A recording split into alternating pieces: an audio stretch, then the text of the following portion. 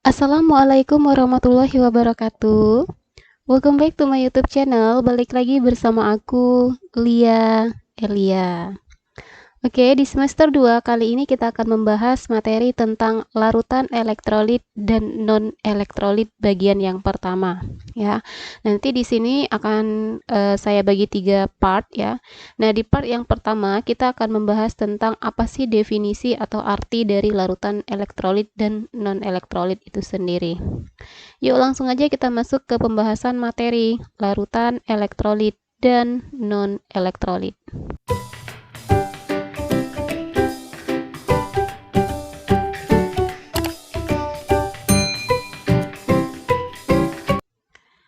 Oke, sekarang kita akan membahas tentang larutan elektrolit dan non-elektrolit, ya. Nah, sebelum kita masuk ke penjelasan tentang larutan elektrolit dan non-elektrolit, kita harus tahu terlebih dahulu apa sih arti dari larutan itu sendiri, ya. Nah, larutan adalah, oke, kita bahas yang pertama, larutan. Campuran homogen antara, oke, kita tulis dulu ya. Jadi, larutan ini merupakan campuran homogen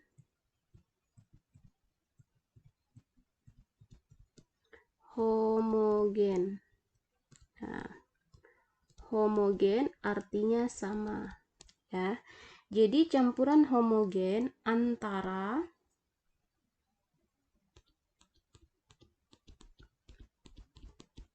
zat terlarut dan pelarutnya.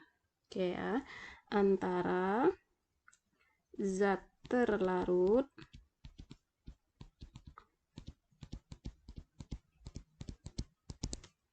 dan pelarutnya.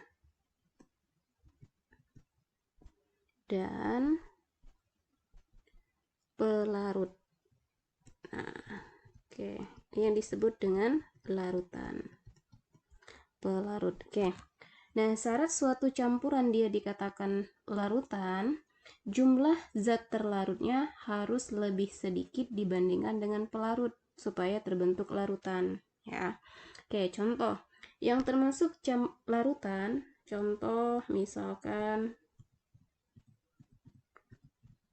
ada larutan gula. Contohnya ya, larutan gula.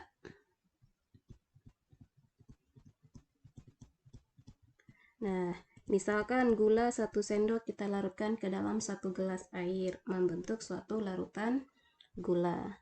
Contoh lagi, 1 sendok garam kita larutkan ke dalam air, membentuk larutan 1 sendok garam kita larutkan ke dalam air, menghasilkan larutan garam, dan seterusnya. Nah, ini yang disebut dengan larutan. Kali ini kita akan membahas tentang larutan yang bagian elektrolit dan non-elektrolitnya. Oke, yuk langsung kita masuk ke jenis dari larutan elektrolit dan non-elektrolit.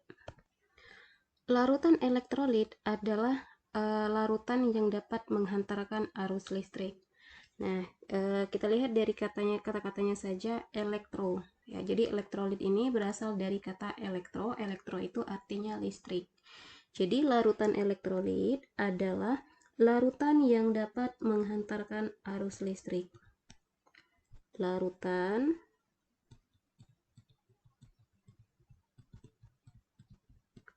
yang menghantarkan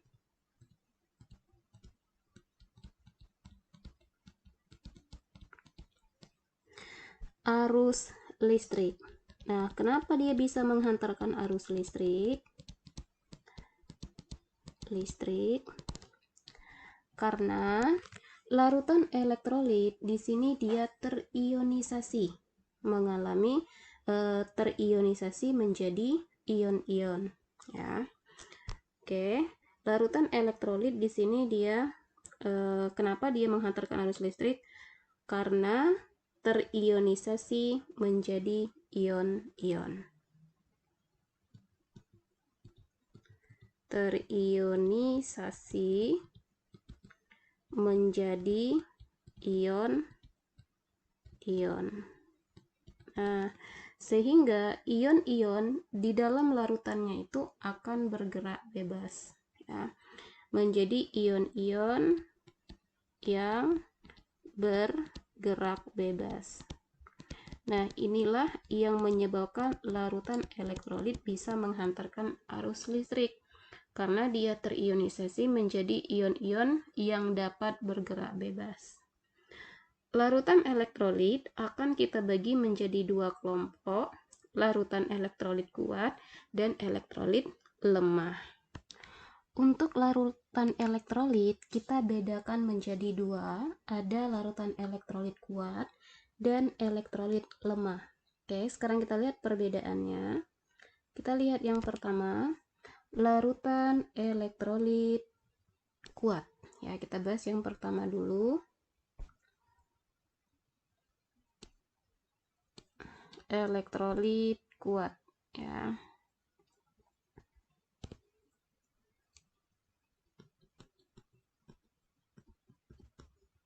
Nah, sekarang kita lihat apa sih ciri-ciri dari larutan elektrolit kuat. Dia dikatakan elektrolit kuat itu seperti apa ciri-cirinya.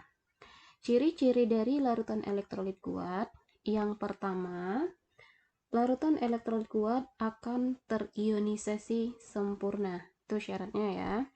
Jadi yang pertama, cirinya terionisasi sempurna. Ionisasi sempurna. Nah, kalau dia terionisasi sempurna, berarti nanti nilai alfanya atau derajat ionisasinya sama dengan 1. Derajat ionisasi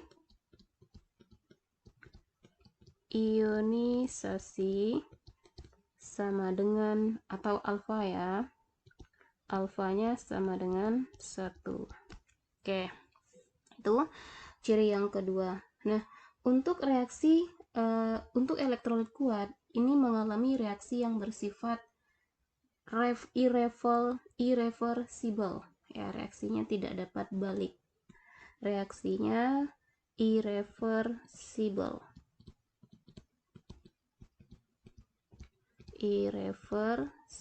atau satu arah. Oke, ini ciri-ciri untuk larutan elektrolit kuat. Nah, yang termasuk elektrolit kuat adalah kelompok-kelompok senyawa asam, basa, asam kuat, basa kuat, dan garam. Nanti ini akan kita bahas di video yang selanjutnya, ya. Nah, larutan elektrolit yang kedua ada larutan elektrolit lemah.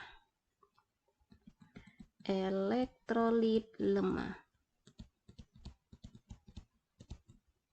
Oke, sekarang kita lihat ciri-cirinya. Untuk elektrolit lemah, ciri-cirinya kebalikan atau berbanding terbalik dengan elektrolit kuat, ya. Nah, untuk elektrolit kuat terionisasi sempurna, sedangkan elektrolit lemah dia terionisasi sebagian, ya. Tapi tetap terionisasi ya, ada yang terionisasi. Oke. Terionisasi sebagian. Nah, derajat ionisasinya atau alfanya, derajat ionisasi atau alfanya sama dengan, terletak di antara ya, alfanya besar dari 0 kurang dari 1. Oke, itu untuk derajat ionisasi. Ciri yang ketiga, reaksi dari elektrolit lemah di sini bersifat reversible. Reaksinya bersifat reversible. Reaksi reversible. Nah, apa sih arti dari reversible? Reversible ini artinya bolak-balik. Bolak-balik. Oke. Nah, inilah ciri-ciri dari larutan elektrolit kuat dan elektrolit lemah. Nah, sekarang Jenis yang kedua dari larutan ada larutan non-elektrolit. Oke, sekarang kita lihat apa sih yang dimaksud dengan non-elektrolit. Oke, larutan elektrolit non-elektrolit adalah larutan yang tidak dapat menghantarkan arus listrik. Oke, ya, tulis dulu. Larutan elektrolit adalah larutan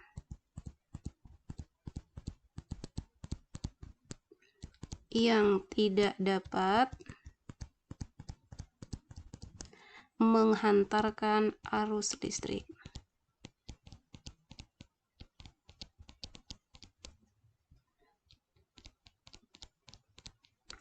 Nah, kenapa di sini dia tidak dapat menghantarkan arus listrik?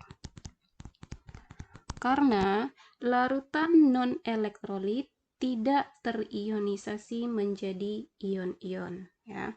Jadi karena dia tidak terionisasi sehingga ion-ionnya tidak dapat bergerak bebas. Oke ya. Jadi karena dia tidak terionisasi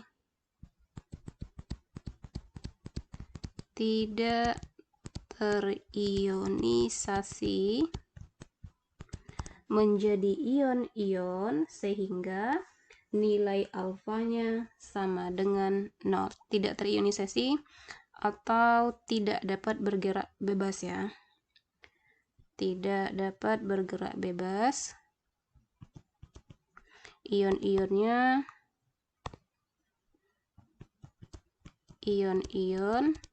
tidak bergerak bebas, tidak dapat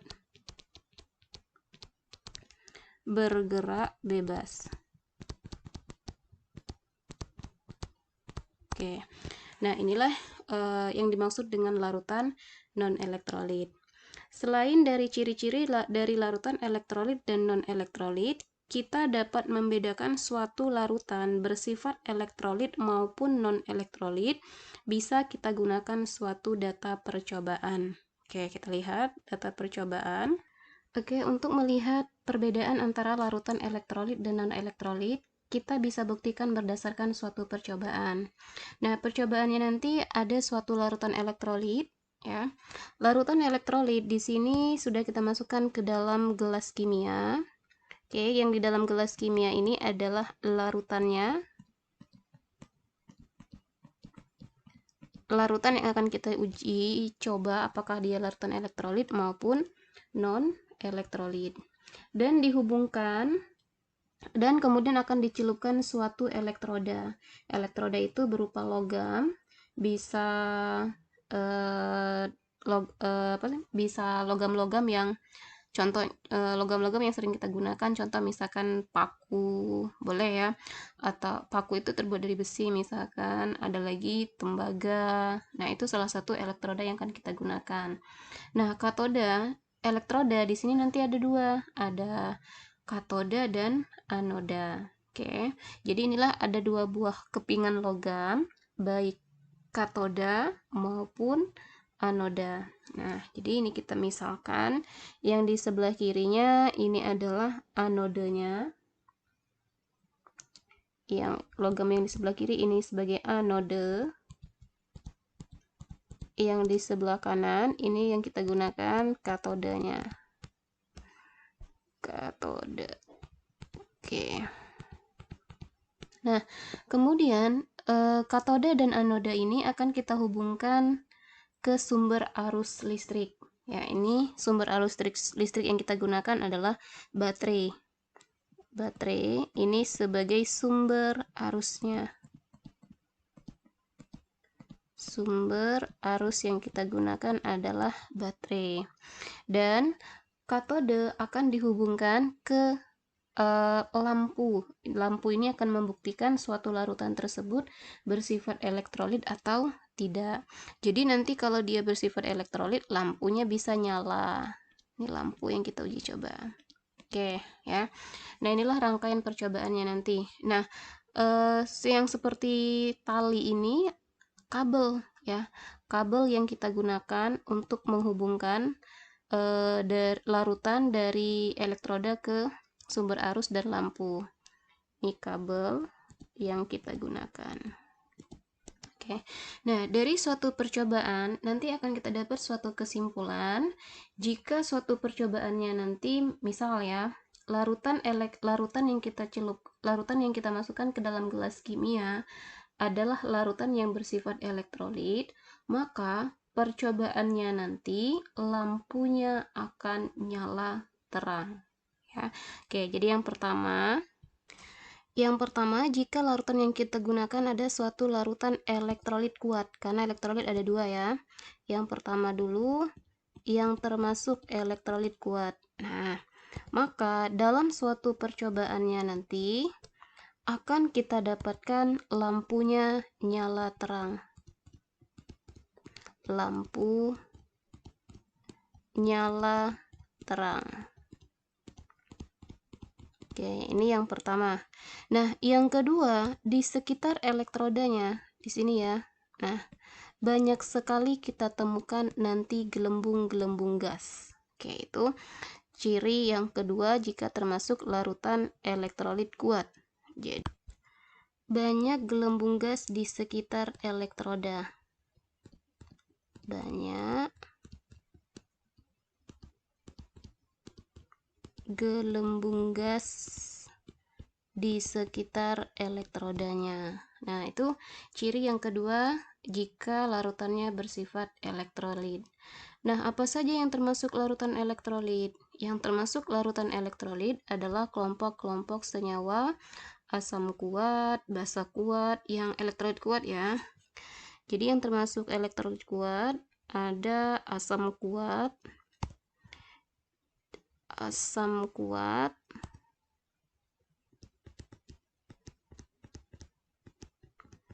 kemudian basa kuat, dan garam. Nah, jadi untuk larutan-larutan asam kuat, basa kuat, dan garam ini ketika kita melakukan suatu percobaan, lampunya akan nyala terang, kemudian banyak gelembung gas di sekitar elektrodanya. Oke, bisa difahami ya. Oke, jika larutannya kita ganti dengan larutan elektrolit lemah, maka dalam percobaannya nanti lampunya nyala redup ya. Lampu redup atau mati. Oke, atau tidak nyala ya.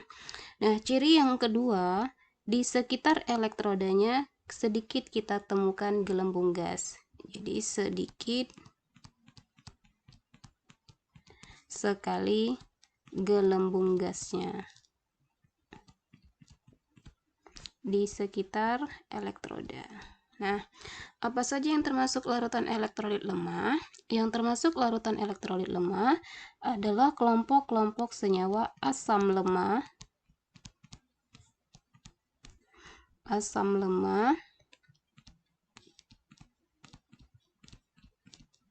dan basa lemah. Oke, jadi nanti lampunya nyala redup atau tidak nyala sama sekali, itu ciri-ciri ketika larutannya kita ganti elektrolit lemah. Nah, gimana kalau di larutannya kita ganti? Larutan yang bersifat non elektrolit. Di larutannya ketika kita ganti dengan larutan yang non elektrolit, larutan yang tidak dapat menghantarkan arus listrik, ciri-cirinya nanti lampunya tidak nyala sama sekali ya. Lampu tidak nyala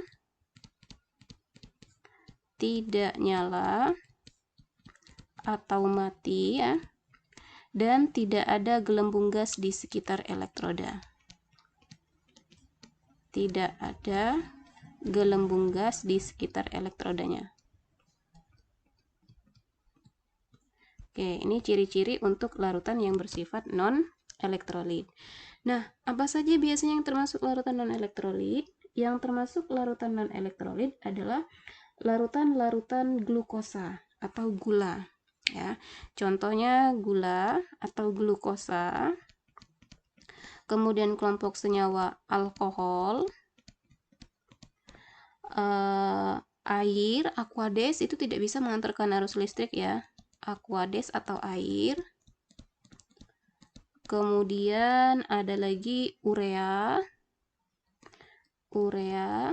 dan kelompok-kelompok senyawa hidrokarbon. Inilah kelompok-kelompok senyawa yang tidak dapat menghantarkan arus listrik. Nah, untuk yang termasuk asam lemah, asam kuat, garam, nah ini nanti akan kita bahas di video yang selanjutnya, agar kita bisa membedakan yang mana termasuk larutan elektrolit kuat dan non-elektrolit. Oke, inilah perbedaan dari larutan elektrolit dan non-elektrolit ya. Sekarang coba kita lihat soal latihannya supaya lebih memahami lagi tentang larutan elektrolit dan non-elektrolit. Oke, ini untuk soal latihannya. Ada suatu data percobaan, kelompokkanlah larutan berikut ke dalam larutan elektrolit kuat, elektrolit lemah, dan non-elektrolit. Ada larutan P, Q, R, dan S. Pengamatannya ada 2, lampu dan gelembung gas. Untuk P, lampunya tidak nyala, ada gelembung gas. Q, tidak nyala, tidak ada gelembung gas. Kemudian nyala, untuk yang S-nya R, nyala dan ada gelembung gas, dan S, nyala redup dan ada gelembung gas. Oke, coba dibahas dulu untuk soal latihannya. Jika sudah tahu jawabannya, silahkan tulis di kolom komentar ya, biar saya bisa cek jawabannya sudah tepat atau belum. Oke, sekian video pembahasan tentang perbedaan larutan elektrolit dan non-elektrolit. Semoga video pembahasan ini mudah difahami, dan jika video ini bermanfaat buat kalian, share ke teman-teman kalian ya, biar manfaatnya lebih banyak lagi. Oke, saya akhiri. Wassalamualaikum warahmatullahi wabarakatuh.